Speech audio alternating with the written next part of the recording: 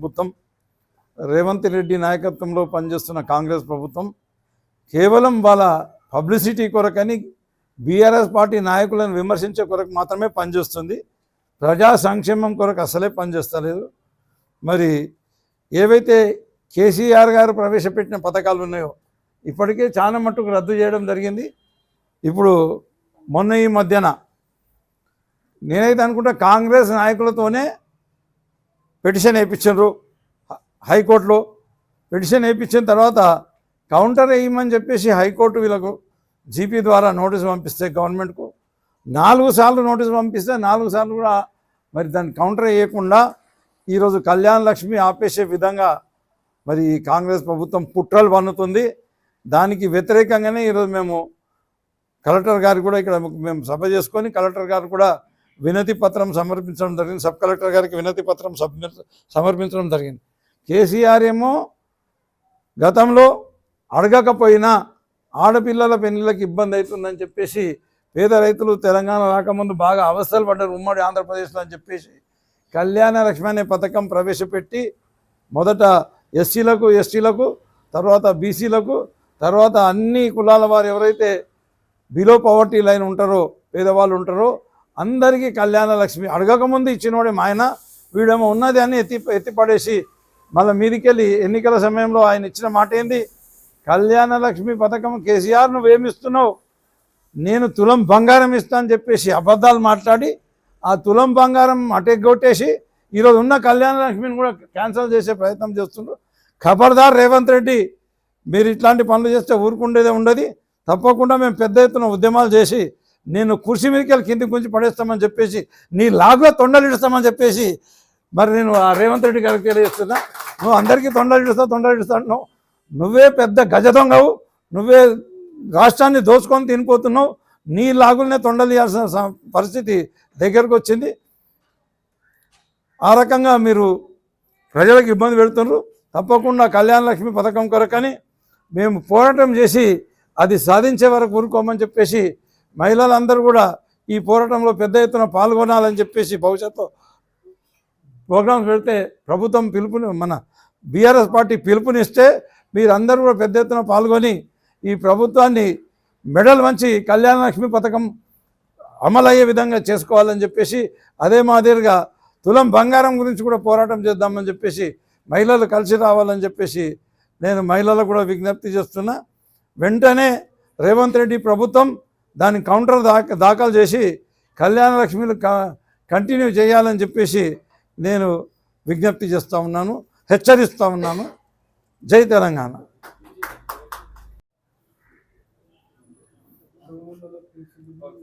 రేవంత్ రెడ్డి గారు ముఖ్యమంత్రి గారు మొన్న సంగారెడ్డికి వచ్చిండు, అంతకుముందు హైదరాబాద్కి వచ్చిండు. మరి జిల్లాకు సంబంధించిన చేతగాని దద్దమ్మ ఎమ్మెల్యేలు, అసమర్థ ఎమ్మెల్యేలు జిల్లా కొరకని ఏమన్నా అడిగినా అంటే ఏం అడగలేదు. ఈయన అడగకపోయినా వీళ్ళు అడగకపోయినా ఆయనకైనా బుద్ధి ఉండాలి కదా. ఈ జిల్లాకు వచ్చినప్పుడు కేసీఆర్ వచ్చినప్పుడు ఏ రకంగా ఏమేం స్కీమ్ను ప్రకటించిపోతుండే, లేకపోతే గ్రామానికి నిధులు మంజూరు చేసిపోతుండే, లేకపోతే ఏదన్నా పెద్ద కొత్త స్కీమ్ మనం మంజూరు చేసిపోతుండే. మరి వీరు వచ్చినప్పుడు రేవంత్ రెడ్డి గారు వచ్చినప్పుడు మరి ఏమన్నా ప్రకటించింది అంటే ఏం ప్రకటించలేదు. ఎందుకు వచ్చినావు నాయన రేవంత్ రెడ్డి అంటే, ఇగో నేను రేషన్ స్మార్ట్ కార్డులు ఇవ్వడానికి వచ్చిన. అందులో ఏమున్నది రా బాయ్ మహిమాని చూస్తే ఏమున్నది, ఒకది ఇక్కడ ఈ గడ్డపోన్ ఫోటో ఉన్నది, ఇంకోది ఇక్కడ ఆయన పేరు ఉత్తమ్ కుమార్ రెడ్డి గడ్డపోన్ ఫోటో ఒకది ఇక్కడ ఉన్నది. ఆ ఫోటోలు పెట్టుకోనంటే అదంటే ఆత్మగౌరవ కార్డులట. అవి పెట్టుకుంటే దయ్యాలనే వీళ్ళు ఎంబడని చెప్పేసి మా ఎంబడి ఎవరన్నా చూస్తే భయపడి పారిపోయే విధంగా ఆ ఇద్దరు దరిద్రుల ఫోటోలు పెట్టి ప్రభుత్వ ధనం దుర్వినియోగం చేసిన తప్పించి వాళ్ళు సాధించింది ఏం లేదు. ఈ సిగ్గుమాలినోడు రేవంత్ రెడ్డి, సిగ్గుమాలిన ముఖ్యమంత్రి ఏం మాట ఇచ్చిండు ఎలక్షన్ కంటే ముందు, ఎన్నికల సభలలో ఏం హామీ ఇచ్చిండు. మన నారాయణఖేడ్కు సంబంధించిన బసవేశ్వర లిఫ్ట్ ఇరిగేషన్ ప్రాజెక్టు ఒకే సంవత్సరంలో అధికారంలోకి వచ్చిన తర్వాత ఒకే సంవత్సరంలో పూర్తి చేస్తా అని మాట్లాడాడు. మరి ఏం చేసిండు ఆ దొంగ? ఇప్పుడు మనం స్టార్ట్ చేసిన వర్క్ని బసవేశ్వర లిఫ్ట్ ఇరిగేషన్ ప్రాజెక్టులో ల్యాండ్ అక్విజిషన్ చేసినాం, మరి పంప్ హౌస్ కొరకని ఎక్స్కవేషన్ చేసినాం. ఆ రకంగా పనులు మొదలుపెట్టిన పనులు వీళ్ళు అధికారంలోకి రాగానే ఆపేశాం. దాని పని నడవనీయకుండా చేసి ఈరోజు సంగారెడ్డి జిల్లా రైతాంగానికి, నారాయణఖేడ్ రైతాంగానికి బసవేశ్వర సంగమేశ్వర లిఫ్ట్ ఇరిగేషన్ ఆపేసి ఈరోజు రైతులకు నోట్ల మన్ను కొట్టి ఆ నీళ్లు, సింగూరు నీళ్ళు మళ్ళా హైదరాబాద్ తీసుకుపోయే కొరకని ప్రయత్నం చేస్తాం. కనీసం తాగునీరు సమస్య ఉంటే తాగునీరు సమస్య తీర్చకుండా సింగూరులో నా నీళ్ళన్నీ కిందికి వదిలిపెట్టేసి ఇంకా ఏ ముఖం పెట్టుకొని వచ్చినవా నువ్వు వీడికి, సంగారెడ్డికి ఏ ముఖం పెట్టుకొని వచ్చినావు, ఏం ముఖం పెట్టుకొని వచ్చి మాట్లాడుతున్నావు? నీది కేవలం బీఆర్ఎస్ పార్టీని విమర్శించుకుంటూ టైంపాస్ చేసుకుంటూ ఇప్పటికి 3 ఏళ్ళు కలిసిపోయింది.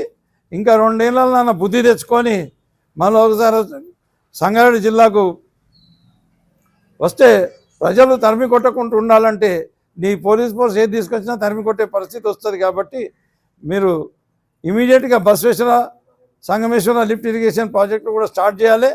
కళ్యాణ లక్ష్మి పథకం కూడా మళ్ళీ ఇమీడియట్గా స్టార్ట్ చేసే విధంగా చర్యలు తీసుకోవాలి. ఇంకా మీరు ఇచ్చిన మా హామీలు ఏవైతే ఉన్నాయో అన్ని హామీలు కూడా నెరవేర్చాలని చెప్పేసి నేను రేవంత్ రెడ్డి గారికి హెచ్చరిస్తున్నాను.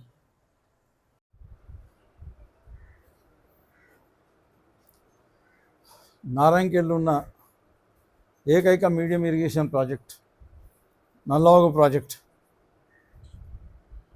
ప్రాజెక్టు నిండి అలుగుబడి 15 రోజులు అవుతున్నాను కూడా ఎమ్మెల్యే గారి అసమర్థత మూలంగా కాలువలో సరైన సమయంలో పూడిక తీసేసి నీళ్లు వదలకపోవడం మూలంగా 100 ఎకరాల పంటలు ఎక్కడైతే బోర్లు లేవో పేద రైతులు వాళ్ళ భూములలో నాట్లు వేసుకుంటారో వాళ్ళందరి పంటలు ఎండిపోయే పరిస్థితి, ఆల్రెడీ ఎండిపోతున్నాయి. ఇమీడియట్గా ఆ పొలాలకు నీళ్ళు కనుక వదలకపోతే వాళ్ళ పెద్ద ఎత్తున నష్టపోయే ప్రమాదం ఉంది. కాబట్టి మరి వీరికి ఎమ్మెల్యే గారికి సోయి లేకపోయినా సరే ఆయన అసమర్థత పక్కన పెట్టేసి మీరన్నా యాక్షన్ తీసుకోండి మేడం అని చెప్పేసి సబ్ కలెక్టర్ గారి దృష్టికి ఈరోజు రైతులందరూ కలిసి, నాయకులందరూ కలిసి, బీఆర్ఎస్ నాయకులందరూ కలిసి పోయి మాట్లాడడం జరిగింది. గతంలో బీఆర్ఎస్ పార్టీ అధికారంలో ఉన్నప్పుడు ఏ రకంగా మేము నీళ్ళు ఇస్తుంటామో అవన్నీ కూడా వివరించి చెప్పడం జరిగింది. నల్లవాగు ప్రాజెక్టులో నీళ్ళు నిండక ముందే కెనాల్ ఏదైతే ఉందో ఆ కెనాల్ లోపల ఉన్న పూడిక తీత కార్యక్రమం ముందుగానే చేసి కెనాల్ మొత్తం సాఫ్ చేసి పెడుతుంటే నీళ్ళు ఇడవగానే 12 గంటల లోపల 12 గంటలల్లో కల్లేరు గ్రామం ఆయకట్టు వరకు చేరే పరిస్థితి గతంలో ఉండేది. మరి ఈరోజు 15 రోజులు అవుతున్న ఎమ్మెల్యే గారిపై ఫోజులు కొట్టుకుంటా మరి షట్టర్ ఓపెన్ చేసిండు, రైట్ కెనాల్ షట్టర్ ఓపెన్ చేసిండు. కానీ కనీసం 300-400 ఎకరాలకు కూడా నీళ్లు రాలేదంటే ఆయన చేతగాంతనం, ఆయన అసమర్థత.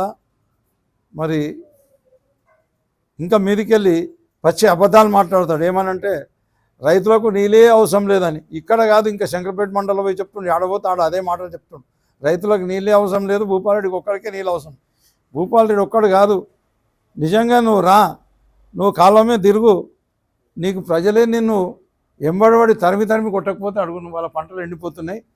ఆ రకంగా నువ్వు రైతులకు అన్యాయం చేస్తున్నావు. ప్రాజెక్ట్ నిండా నీళ్ళు ఉన్నాను కూడా రైతులకు నీళ్ళు ఇడుస్తలేవు. ప్రాజెక్టు కెపాసిటీ 645 MCFTల కెపాసిటీ, ప్రాజెక్ట్ కెపాసిటీ ఉంటే ఆ ప్రాజెక్టు మీదికెళ్ళి అలుగుబడి నీళ్లు కిందికి పోయినాయి కూడా ఇప్పటికీ 300 MCFT నీళ్లు కిందికి పోవడం జరిగింది. అటు కెనాల్ అలుగు మీదకెళ్ళి కిందికి నీళ్ళు పడిపోతున్నాయి. నిజామాబాద్ జిల్లా వాళ్ళకి నీళ్ళు పోతున్నాయి, లెఫ్ట్ కెనాల్ నిజామాబాద్ జిల్లా వాళ్ళకి నీళ్ళు పోతున్నాయి. కానీ రైట్ కెనాల్ ఏదైతే ఉందో కల్లేరు మండలం కానీ, సిర్గాపూర్ మండలం కానీ రైతులకు, నల్లవాగు వాళ్ళకి కానీ, గోసాయిపల్లి వాళ్ళకి కానీ, పోచాపూర్ వాళ్ళకి కానీ, బీబీపేట వాళ్ళకి కానీ, బీబీపేట, ఫత్తెపూర్, మార్డి, ఇటు ఖానాపూర్, కృష్ణాపూర్, ఇంద్రానగర్, కల్లేరు వరకు ఎక్కడ కూడా నీళ్లు రాలేవు. రైతుల పంటలన్నీ నిండిపోతున్నాయి. వెంబడే నీళ్ళు మొత్తం పూడిక తీసి నీళ్ళు ఇడిపియాలని చెప్పేసి సబ్ కలెక్టర్ గారికి విజ్ఞప్తి చేయడం జరిగింది. మరి సబ్ కలెక్టర్ గారు కూడా సానుకూలంగా స్పందించింది. రైతుల కష్టాలు దూరం అవుతాయని చెప్పేసి ఆశిస్తున్నాం. అదే మాదిరిగా ఇంకోటి రైతులకు సంబంధించిన ఫర్టిలైజర్ ఏదైతే ఉందో, ఫర్టిలైజర్ ఏ దుకాణంలో పోయినా ఇప్పుడు ఉదాహరణకు మా సొసైటీ ఉంది కృష్ణాపూర్లో, పోయి ఫర్టిలైజర్ అడిగితే మా దగ్గర లేదని మాట్లాడుతున్నారు. అది కాంప్లెక్స్ ఎరువులు కానీ అదే మాదిరిగా యూరియా కానీ, ఆ కాంప్లెక్స్ ఎరువులకు రేట్లు ఎక్కువ చేసి అమ్ముతుండ్రు. యూరియా కూడా 266 రూపాయల రేటు ఉంటే 305 రూపాయలు రేట్ చేసి, అంటే ప్రభుత్వమే ఎరువులని బ్లాక్ మార్కెటింగ్ చేయిస్తుంది. కాంగ్రెస్ ప్రభుత్వం, రేవంత్ రెడ్డి ప్రభుత్వం బ్లాక్ మార్కెటింగ్ చేసి వాళ్ళు ఆ డీలర్లతో పైసలు పంచుకుంటారు, ఫర్టిలైజర్ డీలర్లతో పైసలు పంచుకుంటారు. ఆ రకంగా రైతులకు ఫర్టిలైజర్ లేకుండా కూడా ఇబ్బంది పడుతున్నారు. నాట్లు వేసినాక మందులు చల్లుకొని ఉన్నారు. మరి మొదటి విడత మందు చల్లుదామంటే యూరియా దొరకక ఎంతోమంది మందు చల్లక పంటలు పాడవుతున్నాయి. ఇదొక ఎత్తు అయితే, కనీసం బోర్ల కాడ ఉన్న నీళ్లు షేర్ చేసుకొని అందరు పంటలు కాపాడుకుందామంటే బీఆర్ఎస్ ప్రభుత్వ హయాంలో 24 గంటల కరెంటు మేము ఇస్తుంటిమి. ఈరోజు కాంగ్రెస్ హయాంలో వీళ్ళు ఉదయం 5 గంటల నుంచి సాయంత్రం 5 గంటల వరకు కరెంట్ ఇస్తుండ్రు. అందులో కూడా మధ్యాహ్న 3-4 గంటలు బ్రేక్ డౌన్స్. ఎందుకొరకనంటే ఎల్సీ అనో అదనో ఇదనో మెడికల్ ట్రిప్ అయిందనో రోజు 3-4 గంటలు బ్రేక్ డౌన్ అవ్వడం మూలంగా రైతులకు ఆ బోర్ నీళ్ళు కూడా సరిపోక, ఎవరు ఎంత ఉన్నదానికి అంత పెట్టుకుంటే అది కూడా సరిపోక మరి వాళ్ళు కూడా బాధపడుతున్నారు. వాళ్ళు ఇంకోళ్ళకన్నా షేర్ చేస్తుండ్రు, నీళ్ళు ఇస్తుండ్రి, నీళ్ళ పాలని అదని ఇదని ఇస్తుండ్రి. ఆ రకంగా కూడా ఇవ్వకుండా ఉన్న పంటలో ఎండిపోయే పరిస్థితి ఏర్పడ్డది. ఈ రకంగా కాంగ్రెస్ ప్రభుత్వం అధికారంలోకి వచ్చిన తర్వాత రైతులకు అరగోస పెడుతుండ్రు. మరి నల్లవ ప్రాజెక్ట్ రైతులకు ఇంకా అరగోస పెడుతుండ్రు. నీళ్ళు ఉంచుకొని నీళ్ళు ఇవ్వకుండా పంటలు ఎండబెట్టే పరిస్థితి మరి ఇక్కడ కాంగ్రెస్ హయాంలో జరుగుతుంది. మరి వెంటనే మరి సబ్ కలెక్టర్ గారు స్పందించి ఈ సమస్యలన్నీ కూడా దూరం చేసి రైతుల పంటలు ఎండిపోకుండా చూడాలని చెప్పేసి నేను వారికి విజ్ఞప్తి చేస్తున్నాను. Hi, this is Swati Dikshit. Please subscribe to SKS Fly TV.